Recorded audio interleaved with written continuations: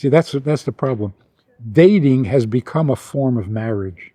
You get way too intimate. You get way too entangled. Dating should be like window shopping. You take a look. Yes, no, no difference to you. It should never hurt.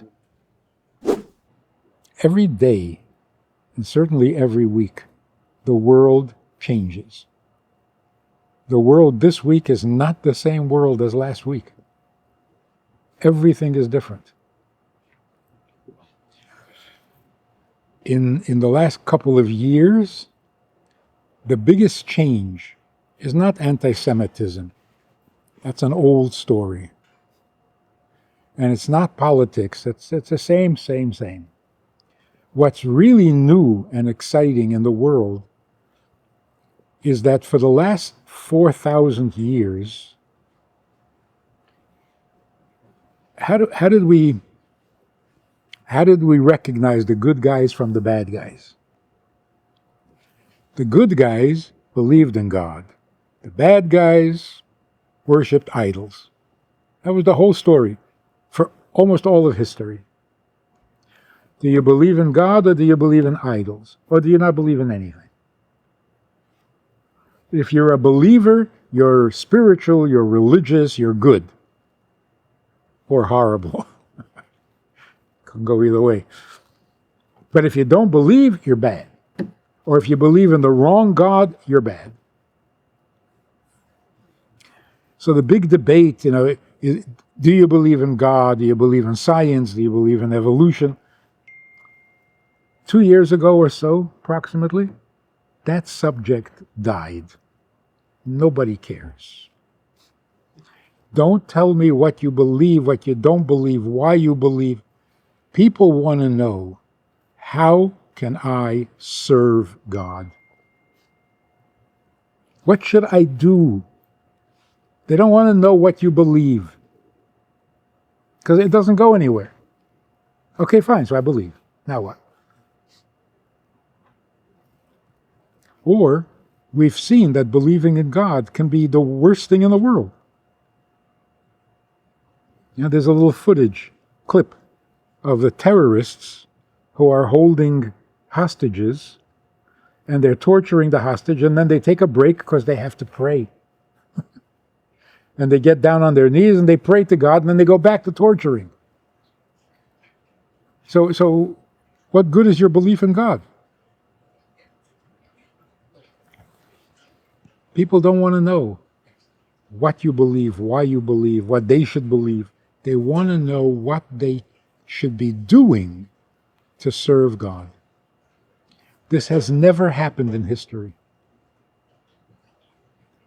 In fact, I was talking to one guy at the university who said he's an atheist. He doesn't believe in anything. There is no God. None of the stories in the Torah are true. He doesn't believe in anything. I said, that's very sad, because God needs you to do a mitzvah. He said, really? So the God he didn't believe in all of a sudden became interesting. Oh, he's waiting for me to do something? What? It never happened before in Jewish history. The debate was always believe or not believe. Do you really believe? Do you not really believe? Today the question is, what am I supposed to be doing? What was I created for? That is such a positive change. It's a new world. The same is happening in relationships. The key word, the distinction between good and bad relationship is love. Do you love each other, or do you not love each other? It turns out love is part of the problem. I think I love you more than you love me, and that's not fair, so let's get divorced. So what good is the love? We're getting divorced because you don't love me the way I want you to. So love is destroying marriages. People are not interested anymore. Love, not love. Why marriage? What is marriage? And love is not an answer, because you can love without marriage. It is possible. In fact, I don't know why we were so easily brainwashed or misled. If love is really the most important thing in raising children, in marriages, in communities, if we had more love, everything would be great, right? Imagine a person who really has a lot of love, and he believes in love, because love is the greatest thing in the world. And he tells his wife, I love my secretary. Not good? She's going to kill him now? For loving somebody?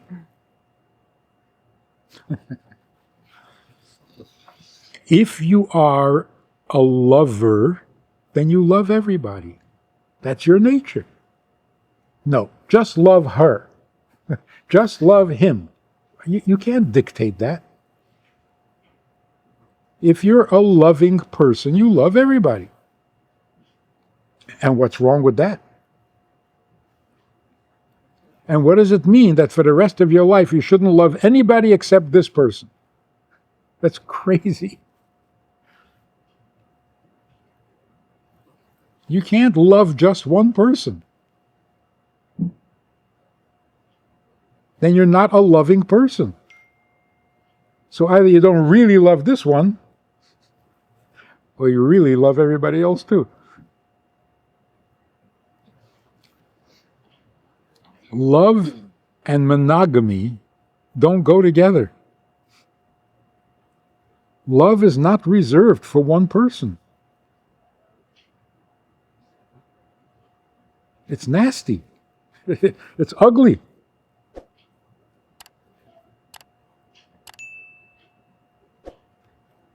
So what are people interested in today? Don't tell me about love. Tell me what marriage is.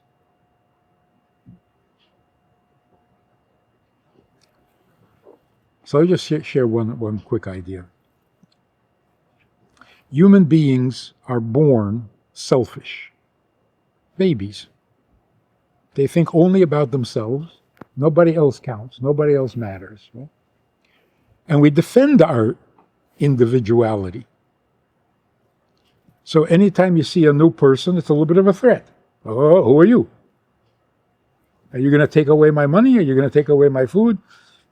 Every stranger is a threat. So how does it happen that two people can become friends?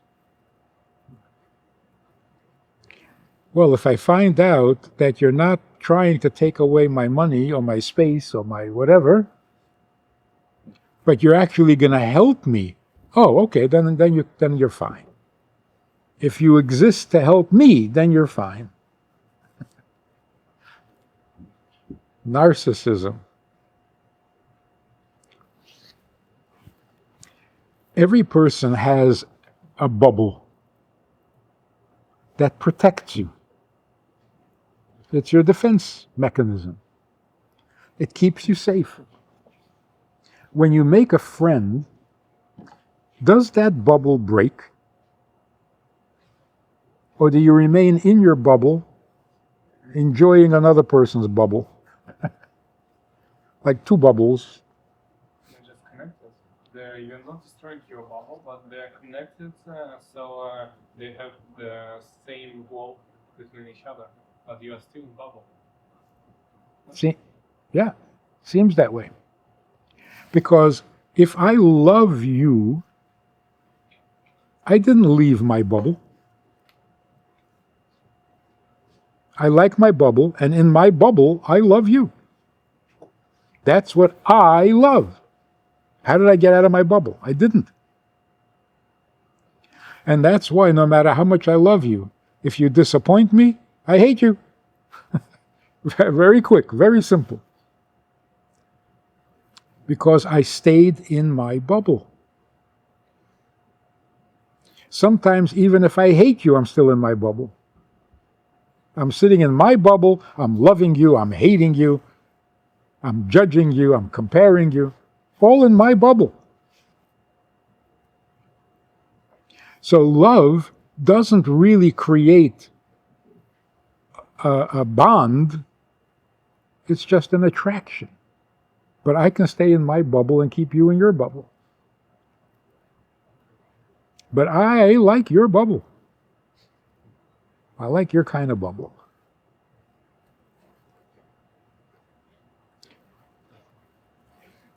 What allows another person to come into my bubble?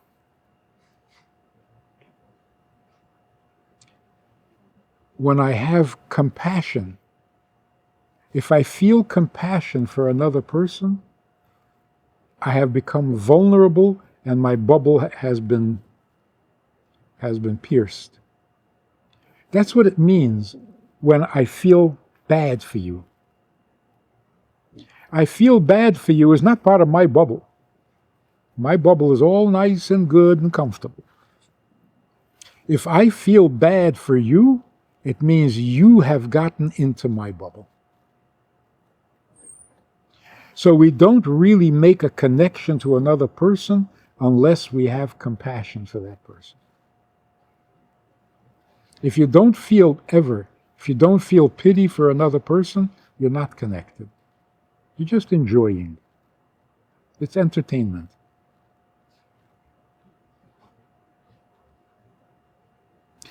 So what is compassion? Pity. Rachamim. Compassion means you did something wrong and you got yourself into trouble. And now you're suffering. Now you're in pain. Now you're in a crisis. And for some reason, I can't sleep. I can't sleep because of your problem. My bubble is broken. You have gotten into my bubble. Love doesn't do that. Love doesn't break my protection. It makes it stronger. The more people you love, the bigger your bubble becomes. Because you're enjoying. Your bubble is great. You make a real connection to another person when it hurts you that the other person is in pain. But I can also pity a homeless person in the street. It doesn't mean that I have a true connection with it. For a minute, yes, yeah. Yeah, but that's not, yeah, you're right. That's not real. You see the advertisements for save the children of Africa, they're all starving and the bugs are eating them, and you feel, oh, that's terrible. And you go back to sleep. It doesn't last. Yeah, it's not a good pity. It's an embarrassing pity. Nobody wants to be pitied like that. But when I'm in pain and you really feel my pain, it's more than love. So can we say that we have a connection with the people of Israel that are now suffering because many people really do not sleep because of it. But Yes. we don't know them. Yes.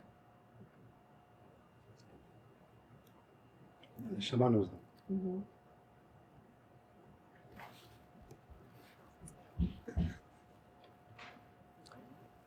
There was a famous debate between the church and a famous rabbi many years ago.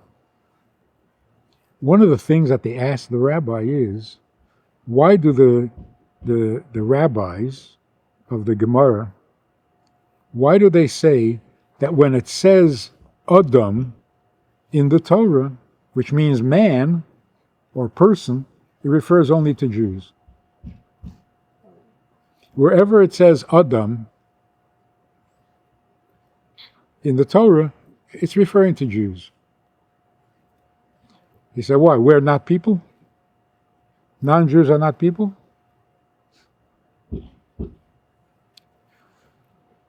So he said, there are many words to describe a person in Hebrew. There's Ish, Gever, Enosh, Anashim, Nashim.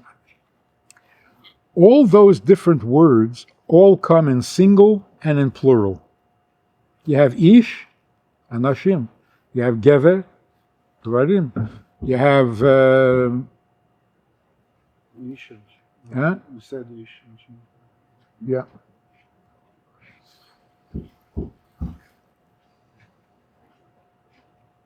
Adam has no plural. There's no Adamim. Why?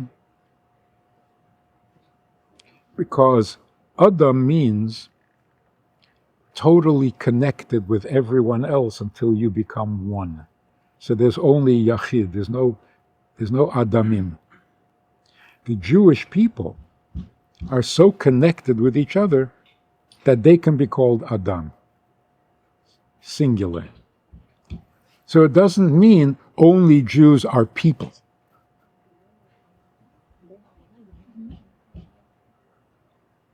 There's Ben Adam. You can say Yeah. Ben Adam. Yeah. That's referring to non-Jews. When you say Ben Adam, it means everybody. But also in Bnei Adam, Adam is Yeah. Still single, but yeah. So Yeah, the but when it says- sons are plural, but he's Huh? like but Nay. Yes, because then it's talking about non-Jews Yeah. or everybody. So when one Jew can't sleep because of another Jew, that's because we are Adam, not Adamim. So here's, if you want to get married successfully, you have to feel real pity for the person you marry.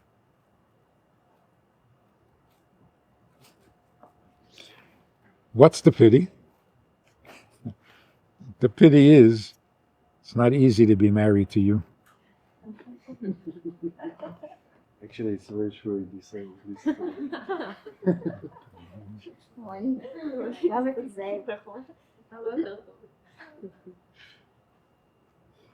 It's true, no?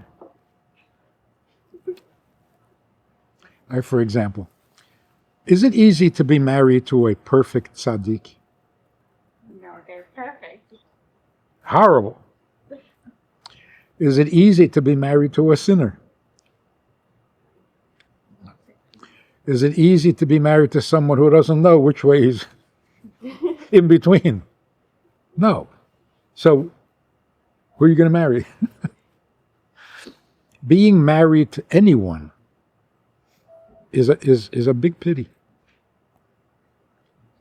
But the person who says, no, being married to me is a pleasure. Being married to me is easy. No. It's not true. And if you don't feel pity for the person you're married to, you're still in your bubble. What is that? So I had a very powerful example. A woman came to see me, and she sat for an hour telling me how horrible her husband is. That's a good marriage.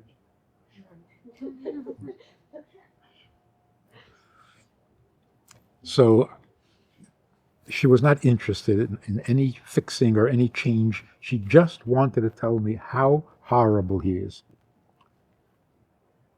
So I asked her, when he comes home at the end of the day, he comes home from work and he walks in the door, what do you feel?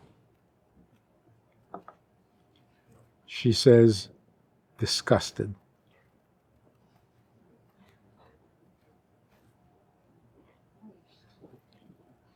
I said, do you think he knows this? She said, "Well, he's not stupid." That's the only compliment he got that whole night. So yeah, he knows. I said, if I were your husband, I would never come home. What? I'm going to walk into my house and you're going to look at me with disgust? I wouldn't come home. She says, what are you saying?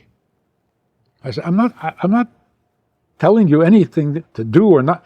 I'm just telling you that I really have pity for your husband. That was it. That was the end of it. A few days later, she calls up and she says, I decided to try your advice. I said, I didn't give you any advice.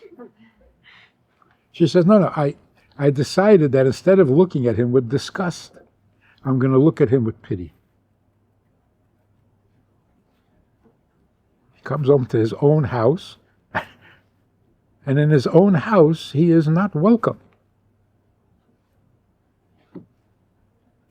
She says, so I tried it 2 days ago. Instead of looking at him with disgust, I looked at him with pity. You know, he's a nice guy.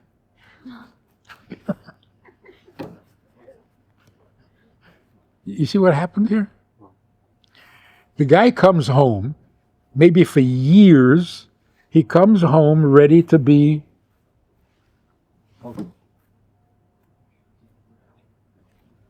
how nice is he going to be? She looked at him with pity, with soft eyes, for once. Oh, okay, then I can be nice. It changed the entire relationship. That's why he was staying with her for so many years. They like each other, they love each other. That's the mystery of marriage. Why do people stay together in bad marriages? It shows, right, it shows that there's more to marriage than love. So, But nobody knows what it is. it's kids, it's responsibility. Sometimes it's just comfort. It's what you're comfortable in your bubble. Yeah, You're very comfortable. It would be worse outside the bubble, right? Exactly. So you're staying in your comfortable bubble. No. Or the children. You're going to another comfortable zone, and you don't know what is outside. So you're staying inside of this. It's bad, but you try. Can I ask something? Very interesting. I talked to my mom about it, and she gave me a very interesting idea. I would like you to elaborate. And she was like, when I was looking at your dad, I wasn't like searching for love or anything. I just asked myself, am I disgusted by him? No. And they went on. And then she told me, and so if you would ask me, do I love him? So I would think, I lived with him for 20 years. And now that I look at him, am I still disgusted? No. So probably I do love him. So that's very interesting for me to hear, right? And I was like, I know my dad is a great guy. There was much more than be disgusted by him, right? So, but I think it's a very interesting idea because when you marry, you really don't know. There's so many things about the person, right? But so is it the only thing that, for real? She's a very smart woman. Yeah. Yeah. When you're dating, what are you looking for? What do you want? Question. The match. Hmm? The match. Match. Yeah. People say, oh, I'm going to look to see if she's gorgeous, if she's more beautiful than anyone I've ever seen before. No. You're not looking to get married. You're looking to win a prize. A beauty contest. And when will you know that you have met the most beautiful? You see in the magazines, voted the most beautiful woman in the world. No. You haven't seen all the women in the world. So among the famous women, she was chosen. But what is that, 30, 40 people? Not the most beautiful in the world. So you go out with a woman and she is absolutely gorgeous. wow, they come that gorgeous? Maybe there's someone a little more? So you keep looking. If you decide, no, this one is the most beautiful woman, I'll never meet a more beautiful woman, boy, are you in trouble. Because the next day you're going to meet somebody more beautiful. Right? The day after the wedding. It's crazy. It's crazy. Besides, just a little side point, if she is the most beautiful woman in the world, why would she marry you? But you deserve the most beautiful. Come on. It's ridiculous. It's Hollywood. What are you looking for when you're going dating? Someone to complete you, who brings out the best in you. Ah, Someone with good values, good soul. And beauty is important. so her mother The is. aspect of inner beauty.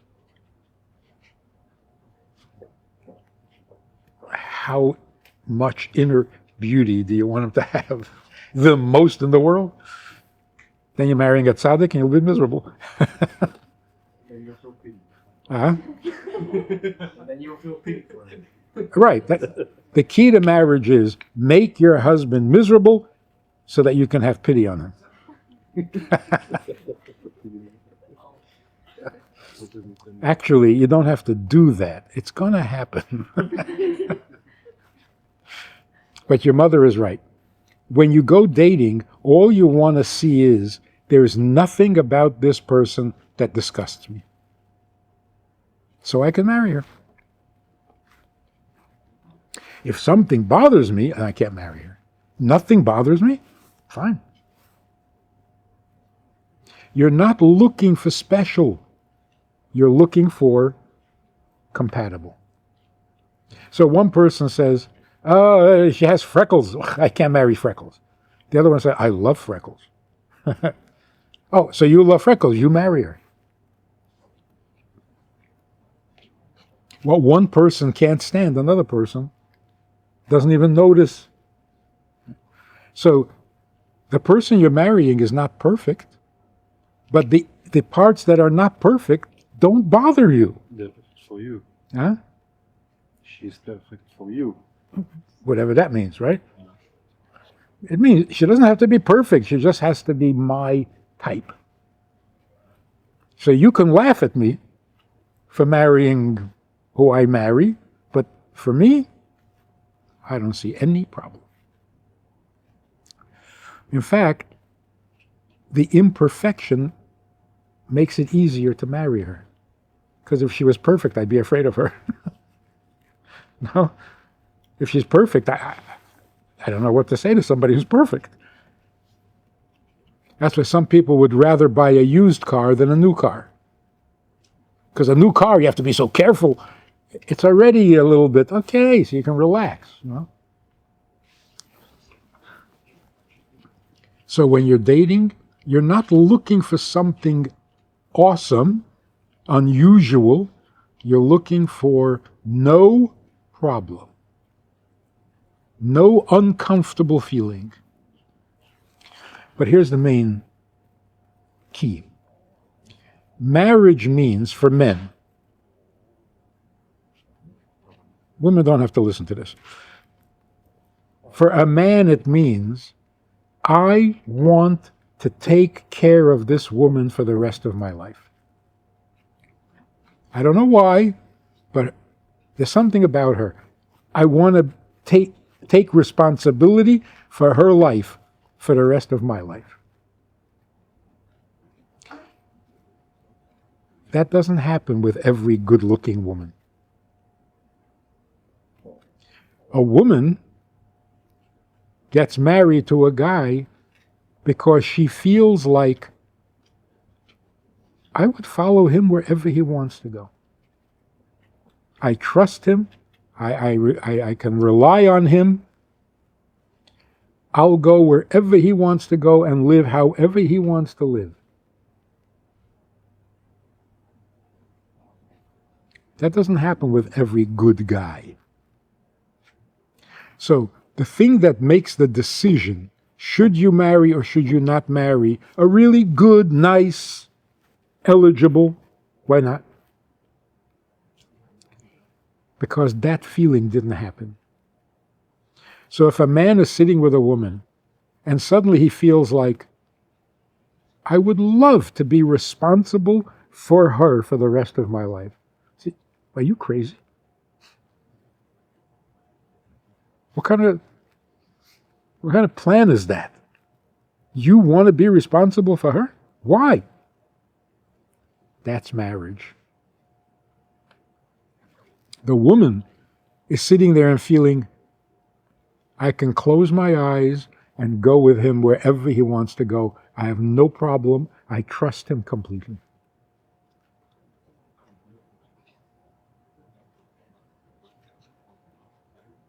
In other words, good chemistry is not, I'm excited about you. Good chemistry means you make me feel good about me. He makes her feel like a woman. She makes him feel like a man. What's going on in the world in general, a man meets a woman, it's competition. Because we're supposed to be equal. So if a man says, marry me and I'll take care of you, the woman says, well, I'll take care of you. Bye. This is not a good marriage. No, I'll take care of you 3 days a week. You'll take care of me 3 days a week. And 1 day a week we won't talk to each other. That's what marriages are these days. You'll do this, I'll do that. You'll take care of this, I'll take care of that. This is not a marriage. This is like a roommate. Don't put your shoes on my side of the bed. Okay? That's a marriage? So marriage means he makes her feel like a woman, and she makes him feel like a man. There's no competition. They're not equal. She doesn't want to be responsible for him. She wants to trust him and follow him wherever he wants to go. That's called ezer. He doesn't want to follow her wherever she goes. She'll hate him. Another good example. This couple were sitting and complaining about each other. She said 100 times, he never does anything. He never did anything. Since the beginning of our marriage, he never does anything. He says, are you crazy? You're completely crazy. Tell me one thing you asked for and I didn't do. He says, no, you do nothing. He's shocked.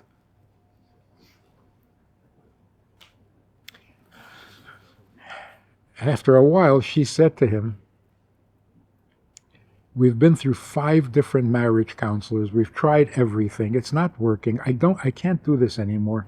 I have no strength anymore. Let's just get divorced and end it. He said, if you want a divorce, I'll give you a divorce. She looks at me and she says, you see? He never does anything. What she meant was, he never does anything. If I ask him, he does it. But what is that? A child? He never does anything. He says, I do everything you ask. If you were married to someone who does everything you ask, would you not be happy? No. I'm going to tell your husband. He doesn't have to do everything you ask. You will be like a puppy. But ask a man. If you're married to someone who does everything you ask, are you happy? Oh, yeah. Why not? Why? Perfect. Takes the individuality of a person. Well, yeah, because the male is different than the female. So for a man, if you follow me and trust me and do whatever I ask, I'm the man. If you question me and disagree with me, like, who's the man? With the woman, if I have to ask you, if I have to tell you, if I have to remind you, I'm leading the show here. I didn't marry you to lead the show. I married you for you to lead. I don't want a puppy.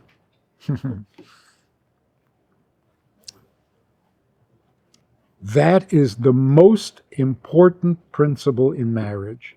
Are you the giver or are you the receiver? Are you male or are you female? If that's not there, it's not going to work. So if I understood, she's saying that man is always giver, Mhm. and the woman always receiver, right? So yes, But wait, I understood right. Yeah. so should you ask always, or should he do something by himself also, like without your He's the request? initiate. Yes. Because women tend to expect something without saying. Of course. It's like, it's even better sometimes. Of course, it is important. Like, if you didn't ask, you're never, yeah, but if you ask 3 times, he gave you 3 times, like, you expect him to understand that the 4th times, you will feel amazing if he does it by himself. Because that shows that he knows you, Exactly. that he's paying attention. But more than that, he has to be the man. A woman says, I'm going out with a guy, and it's all good, but we're not, it's not happening. What is the story? She lives in Boston, and she has no intentions of leaving Boston. So if he marries her, he has to move to Boston. This is not a marriage. She's telling him where to live. But if that's what He's already emasculated.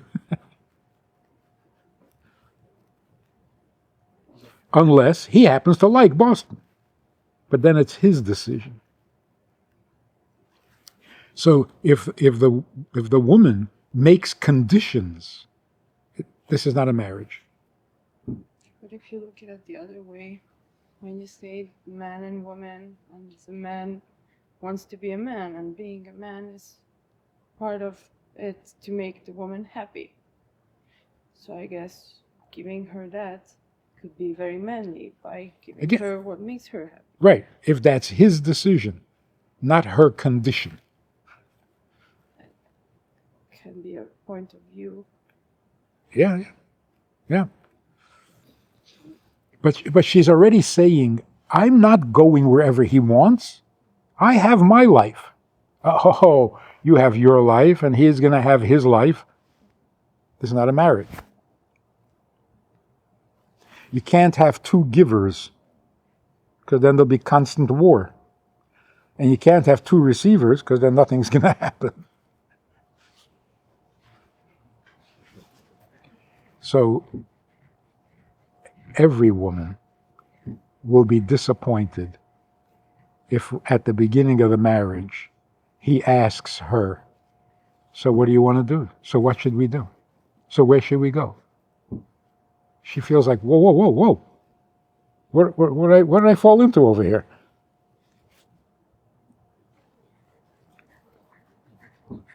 So this is a little controversial, and don't take it literally, but every husband has to be a little bit of a father to his wife. Otherwise, she'll hate him. If you're not leading, then who needs you? This crazy notion of equality, it's the worst thing in the world. Men and women are equal. Men and women need the same things. Men and women are the same. Men can be women. Women can be men. Maybe a woman should become a man. Maybe a man should become a woman. This is insanity. It's complete insanity.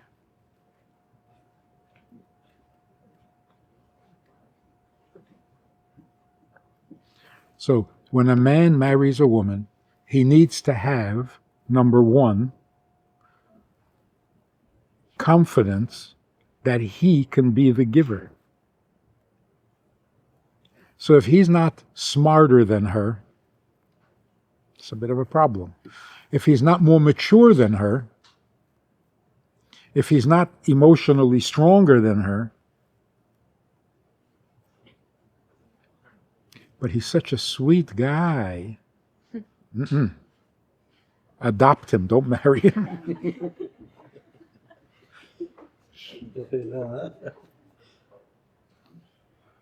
Take him home like a stray cat.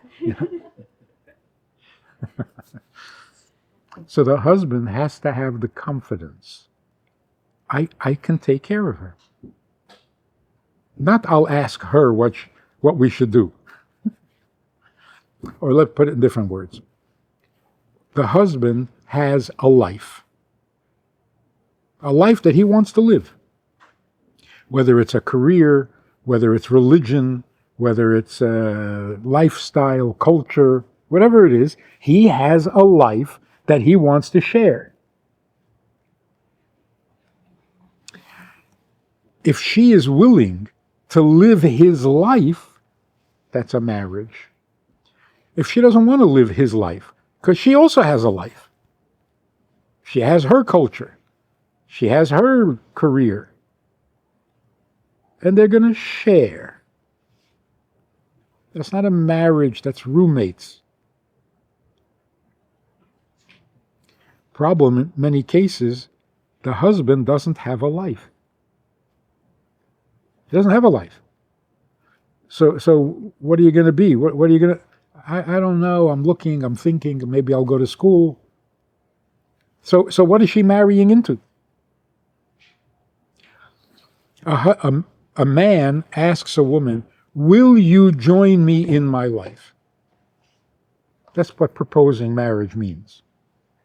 Will you join me in my life? She says, what is your life? He says, I don't know yet. You don't know? So what am I joining? It's like a non-Jew converting to Judaism, but has no idea what Judaism is. What are you converting to? So a big part of the problem is we don't really know what life. How are you going to raise the kids? Send them to yeshiva? No. To public school? Oh no. So what? I don't know.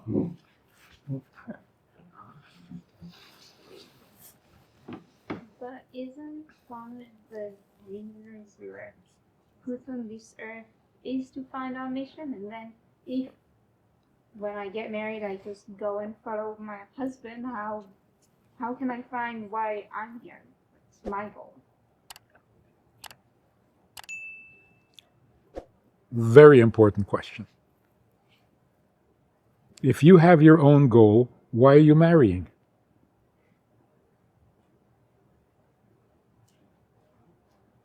Right now I'm not. I didn't mean to discourage.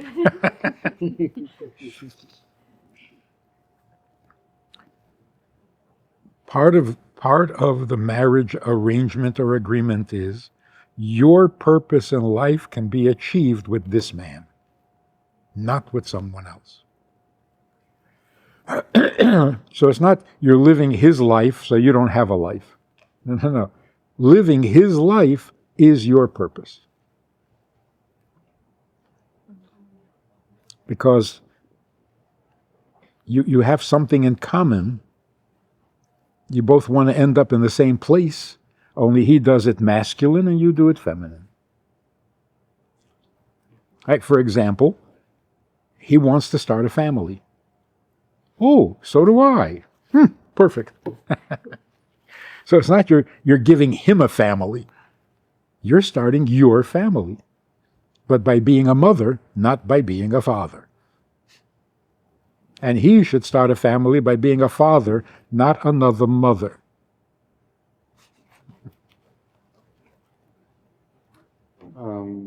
It's really connected, but um, when you start to date, like, no, because yesterday we had a conversation, like a few of us, how much time from the second you start to date until it's legit to getting married, because people take it like 6 months, people take it 1 year, 3 years, 10 years, 3 times. 10 years. The So fourth time. 1 week.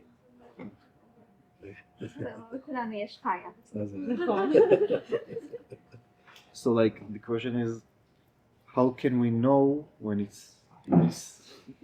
How do we know it's that? And Yeah. And how can you put a time? exactly. How can you? But let's work it backwards. 3 years, horrible. If after 3 years you haven't decided, stop. 2 years, very bad. 1 year, too long. 6 months, enough. Usually after 3 months, if you haven't decided to get married, it means you're not getting married. Stop. There are people who get married, but they're not going to have children for 2 or 3 years. Why? They want to live the life and to build a career. They want to get to know each other After getting married. after getting married. In other words, even after I marry you, I'm still not so sure. So let's not get in too deep with having children in case I don't like you. Like, what if I go into marriage already knowing the person, like dating for years, let's say 2-3 years, I'm getting to know the person, then when the time comes and the man is proposing, then you know this is it. And in my personal opinion, I don't think half a year is enough to get to know the person good enough to propose to them. Of course, we're still thinking every single relationship to get to know each other and different. Everyone has a different time bound and everyone takes time differently. But in my personal opinion, after what you said, about half a year is not enough. To get to know the person fully, to know that I can reach my goal with this person's goals align with mine, half a year is not enough. That's my personal opinion. So how much is enough? I cannot put a time on it. Oh, Exactly. But That's- I know from my personal point of view that half a year I don't think is enough for me. To get to know the person, to say that this person, when I'm putting the ring on that finger, our goals are fully aligned. For me personally, half a year is enough. a year is not enough either. In fact, 10 years is not enough. Because what happens when you marry, everything changes. A single girl and a married girl, not the same person. So how is she going to be when she marries you? You have no way of knowing, not even after 10 years. So how do we get married? A man can say, I met this woman, she is a great woman. I don't know what kind of wife she is. How am I supposed to know? There's only one way to know, is by marrying her. That's a risk. Yes, it's a risk. Even after 10 years. Isn't it a risk we're willing to take or not? That totally depends on you. Huh? That's your risk that you're willing to take. Yes. Yeah. And there are going to be surprises. Some good, Someday. some bad. But that's why I think the main deciding factor is, does she make me feel like a man? And this you know after a month, You can tell me after 2 weeks. 2 weeks. Yes. Like, for example, you're driving on a date and she says, slow down.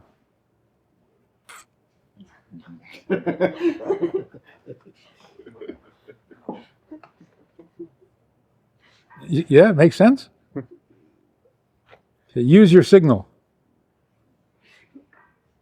Is this what I'm going to live with for the rest of my life? But if you're going 100 miles in hour, so your speed is 100 miles, and she asked to slow down because she's scary. Is it she is masculine? No, she is. It means you're With- she is. dangerous guy. She's with the wrong guy. That's what she. She shouldn't tell him to slow down. She should just get out of the car. And the other way around. If I'm driving, wait. If you're driving, it's no, it's. If the girl is driving and the man says, drive faster, drive. Yes. So Tell me. It's good? I'm scared. So tell me. It's good? Oh, if he says I'm scared, Then he's the woman. Yeah. right? But what if he says slow down or use your signal? Would you be offended? Would you? See, women are different.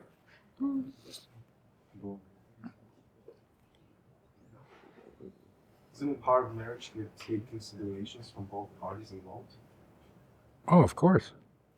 So, to have one side mostly dictating the way that it type of life is, another person joining that. I'm not saying this person doesn't have his individual will choice. Yeah. This person still has their own life path, because that's going on. But if you take into considerations into marriages, that also seems like a very big step. It seems that both times the effort is given.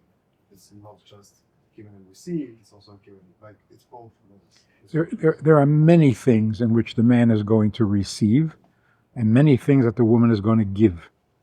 But their relationship, not the details of how to run a kitchen, but the relationship, the way they interact with each other. He is the giver and she is the receiver. Certainly when it comes to physical intimacy.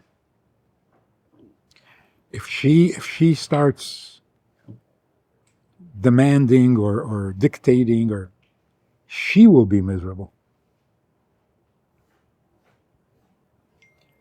So the relationship itself is giving and receiving.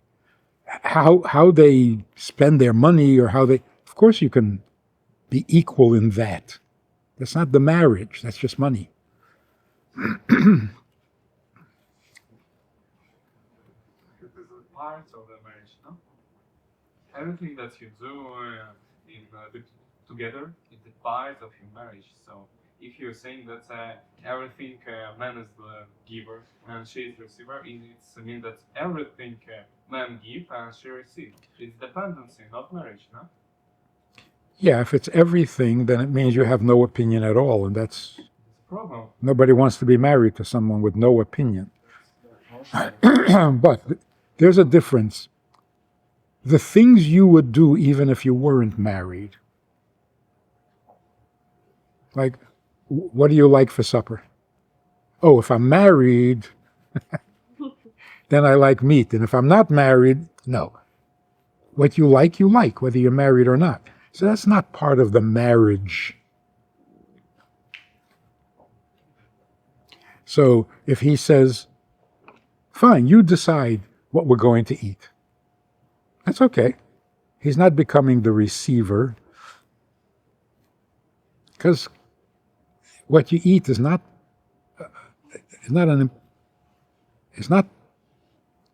part of the definition of marriage. But what about feelings?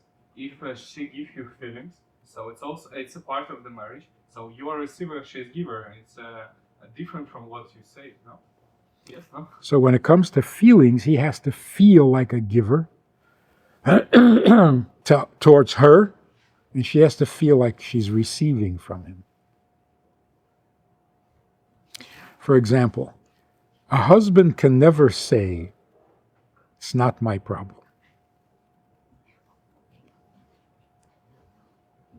I did everything right, you're doing everything wrong, it's your problem, you fix it.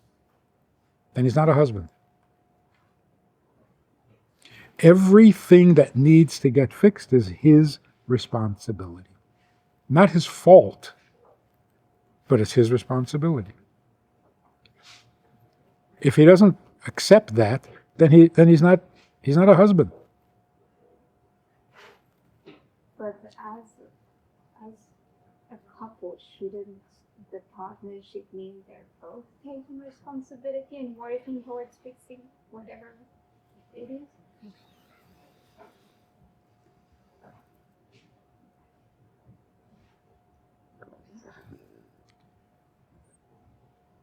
Being sympathetic, being concerned, being devoted, that's not the same as responsibility. So of course, if the husband is in trouble, the wife is going to help and is going to support and encourage, not because it's her responsibility, but because it's her husband. She feels pity on him. Maybe. It's a difference. So again, the woman seems to give more than the man in terms of doing, but she's not taking responsibility. And that is a big relief. So if you want to speak about it like in very primitive terms, like the first generation of human beings, what was marriage? Marriage meant the woman is going to have a child or children.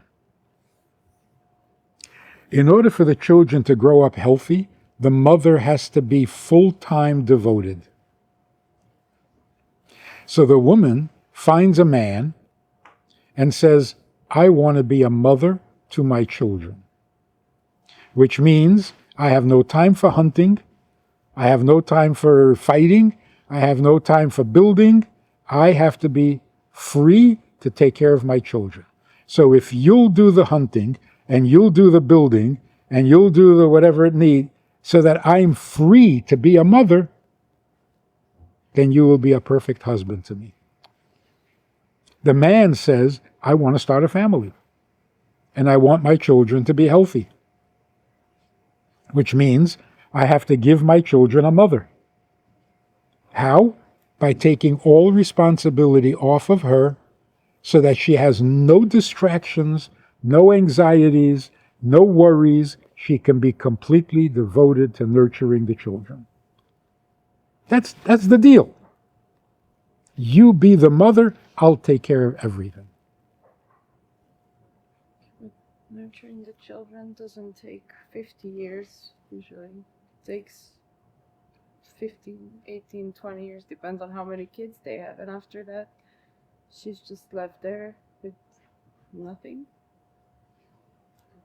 Mm-hmm. Empty nest syndrome.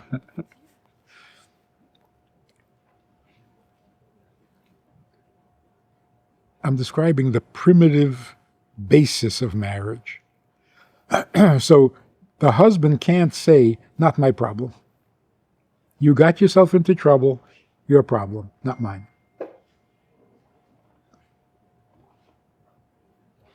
I have another question.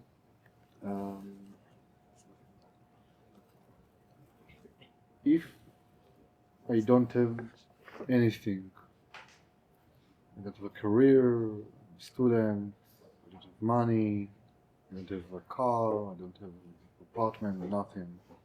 You're making me cry. And no, it's practical, you know. No, like it's a bit. One he feels pity for you. No, and you found someone and you wanna get married. Should you get married when you don't have anything, or should you wait for you to have some ground, some financial ground, and that you will be able to support and to finance your family? Because nowadays I think it's a very big deal. Like this question. Yeah. You don't have to wait. If being married to her will motivate you to get a job that's great. Question is, why would she want to marry you? And if she does want to marry, Good question. right? This is the question. And if she does want to marry you, wow, she really trusts you. Or she has a problem. Hmm? Or she has a problem with her head. But then it's still right. Somebody's giving her bad advice. But it does happen, happens all the time. But if you are the type that doesn't like to go to work, that's a different problem. It's not a marriage problem, that's a personal problem. Of course, no, my question is like, should I wait until I have a career No. and money No, and stability? no, as long as you're planning to have a career and money, then being married will motivate you to do it faster and better. How are you going to be a man in this kind of a relationship, considering that most of the aspects of you being a giver is not with you, so you're not going to be able to provide for yourself? So again, being the giver doesn't mean you have everything to give. It means you're going to get it because you're taking responsibility. Married. Huh? You're married to this person one day, let's say, as a student. You haven't graduated, you have 2 years left or something, right? And in 2 or 3 years, you know you're going to get a job. You know you're going to get a family. You know you're going to be set for life. You're going to get a family now. How's it fair to get married to this woman for 2 years and be in a relationship where you're really not, you don't have that kind of power to provide. You kind of not, doesn't make you not be like a man, but kind of, how to say, it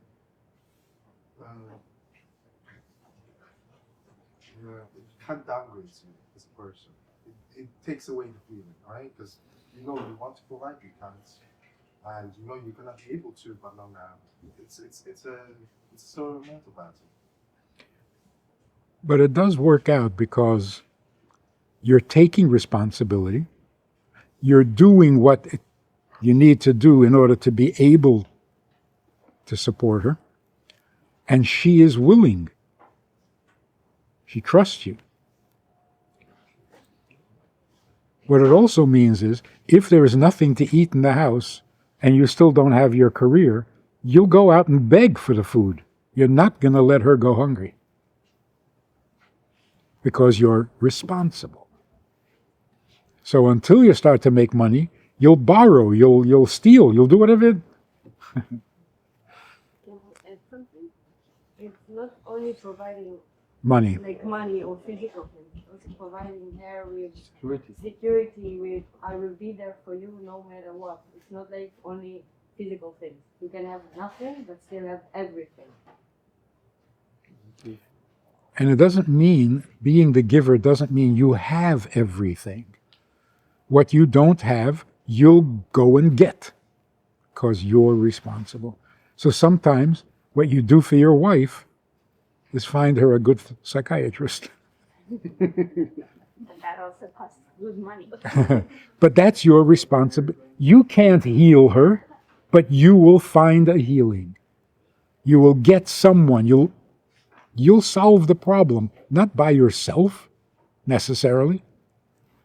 So if you can't make money, you'll find someone who has money, but you will be responsible. I have a question. I think it's like two questions in one. But for example, let's say you are in a situation that the man is ready like to give you everything, right? So as a woman, you see it has all the characteristics and everything. You should try to look for that chemistry that we were talking about before, or you can say no, it's not that way. And also on the other side, let's say that the woman is ready to receive and everything and it's already emotional involved. How and the man is not like choosing that, how can you be with that? Like in those situations? Well, so if you notice that before you're married, don't marry. If she wants to be the receiver, but he's not ready to be a giver, then it's off. She's Forget not it. a receiver. Yeah? She's somebody else's receiver. Right. But how do you remove yourself emotionally, if that's Oh. the case in that sense, or if you should also work for that. No, never. I can't believe that people say, I'm dating this woman and we're working on it. You're working? You mean you already don't like each other? You never work on it. You work on a marriage because you're stuck. You don't work on a date. If it's uncomfortable, it's bye-bye. It's very powerful. This couple says, you know, we're dating, we're going, and it's not easy, so we're going for therapy. You need therapy for some other reason. I never heard two guys who were best friends and they got into a big fight, so they're going for therapy. If they have fight, they stop to be friends. If they have a fight, they stop to be friends. Exactly. So they have divorce. I don't like you, get lost. But if you're dating and it's hard, you go for therapy? See, that's the problem.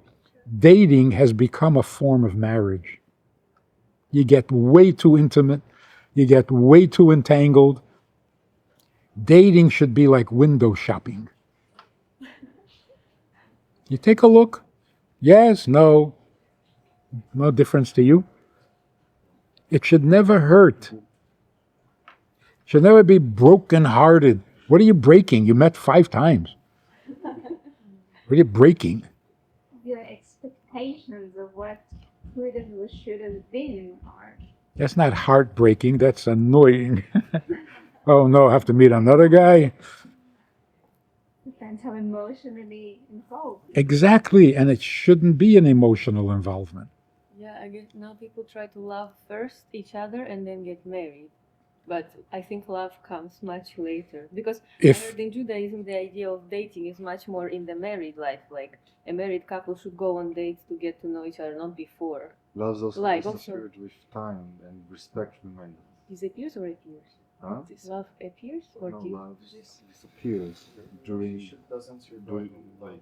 It should be like going shopping for shoes. You go into the shoe store.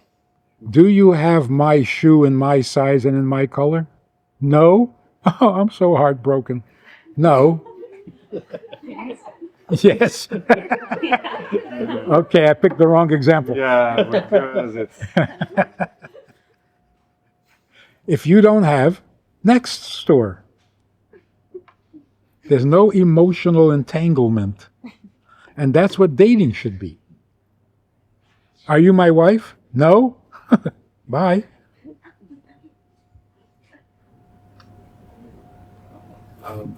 Personal question about a very close person situation. They have been together as a couple for more than 7 years and engaged more than 4 years. And due to personal reasons, also relationship, no problems in the relationship. The woman is the receiver, the man is the giver. But due to Shnatevin, where Morning year. year of mourning, which had to be throughout 3 years, because it came consecutively one after another. The couple didn't get to marry. Now, should they think about doing something, or does that should bring up any question marks if it's the right decision or the bad decision? It sounds to me like they need to get divorced. But they're not married. They are married. They just didn't have a wedding. They're married. So just make a chuppah and say a few brachot and make it official. But they are married. So why should we get a divorce if they are married? So if they're not going to get married and then get divorced. But you're married. See, many couples come, they're married, and they have problems, and they say, so should we get divorced? I said, no. You can't get divorced if you're not married. You never married each other. The marriage never started. Maybe you should try. You try being married for a while, then think about divorce. But in this case, they are married. They're very married. They're obsessed with each other. Mhm. So just make a wedding already, if you want to. If not, you're still married. There is such a thing as automatic marriage. If you live together like a married couple, even though you didn't have a chuppah, you didn't have a wedding, you are married and you need a divorce. ידועים בציבור, no? Hmm? In Hebrew it's ידועים בציבור. The tzibur are your witnesses that you are married. Huh? So if you're acting like a married couple but you're not married, you have to get a divorce? Maybe. What if, You're doing it. what if the couple is better off like this, in a situation that they're both working towards their goals, which are both. Yeah, fine. They're married. I'm not saying they have to get divorced. If they want to separate, they'll need to have a get. Because they are married. That's an interesting story. There was this woman in the 70s, the hippies who were crazy, wild, right? So this woman was sitting in class, and we were talking about the fact that if you live together like a husband and wife, you are married and you need a divorce. And she said, "Oh, no. I was living with a guy. We were like married. I don't know where he is. I haven't seen him in 12 years. I need to get a get from him? I don't remember his name." So we went to the big rabbi here, and not the Rebbe, the rabbi, the official rabbi. And he tried to find indication that it was never a marriage. Otherwise, you'd have to go find him. And if she didn't find him, anyone she had a relationship would be adultery. She would be committing adultery. What are some of the indications of Ah, where they are? so he asked her questions like, did you keep your own bank account? Did you keep your own apartment? Did your friends think you're married? All these questions. And the answer to all of it was not good. She didn't keep her own bank account. She didn't keep her own apartment. All her friends consider her married. She considered herself married. So he was trying and trying every possible. But he was a very smart man. She found him? Found him? Finally, at the end, he said to her, "When you moved in with him, did you call your mother to tell her?" She said, "No." He said, "Okay." So it wasn't a marriage. You were ashamed to tell your mother. Isn't that brilliant? It was like, Right. you didn't call your mother Mazel Tov. No, yeah. Oh, okay. So you knew you weren't really married. That saved her. But there is such a thing. If you really are living together like marriage, so in order to be married, you have to have witnesses. Who are the witnesses? Family, Two friends. Everyone. The entire community will testify that you're not just sinning, you're married. Who would just sin? But if there's some indication that then we can't be witnesses. I can't testify that you meant to be married. You were ashamed to call your mother. So now you have no witnesses. So you're not married. So you really, that couple is married.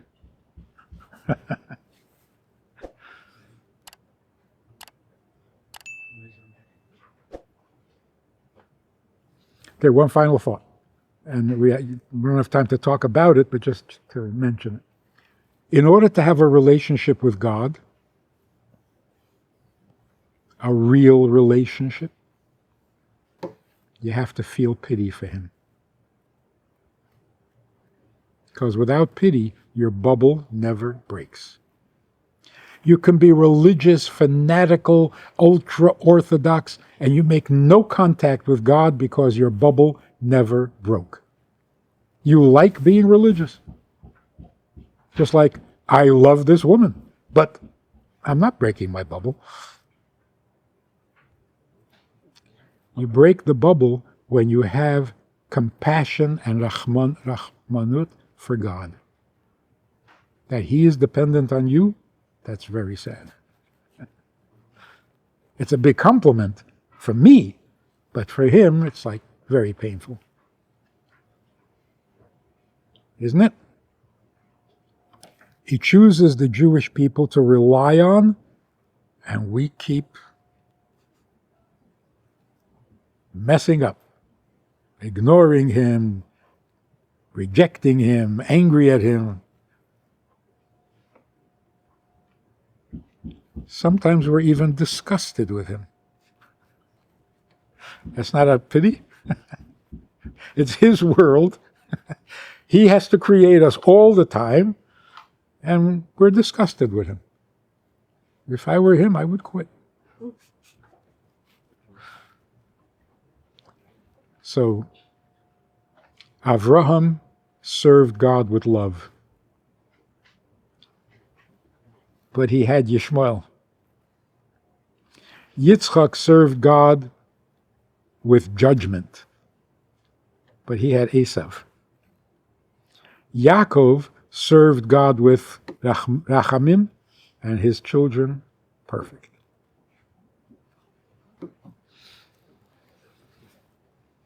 So we are Bnei Yisrael, not Bnei Avraham, not Bnei Yitzchak. We are the Bnei Yisrael, which is Yaakov. So a little pity for God is, he should have pity on us, but we should have pity on him. Why? Because he's stuck with us. And if you think that's easy, it's not easy. We are Am Kshe Oref.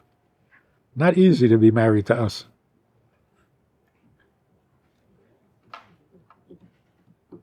But he loves it.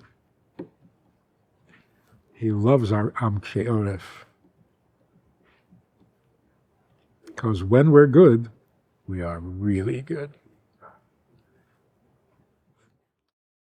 If you enjoyed this conversation or this topic, and you're looking for more information, or you want to hear it again from another angle, there's a way to do that. And that is in this book. It's all there. Order it from Amazon. You can read it, reread it, and share it. These ideas, these messages, this approach to life, this approach to Torah, to meaning, and to morals is vital for the world today, and we need to get this message out to the entire world. It is universal, it's essential, it's indispensable. To support this effort, if you want to be a partner in this crime, check out the link and make a donation. It really helps a lot. And thank you in advance.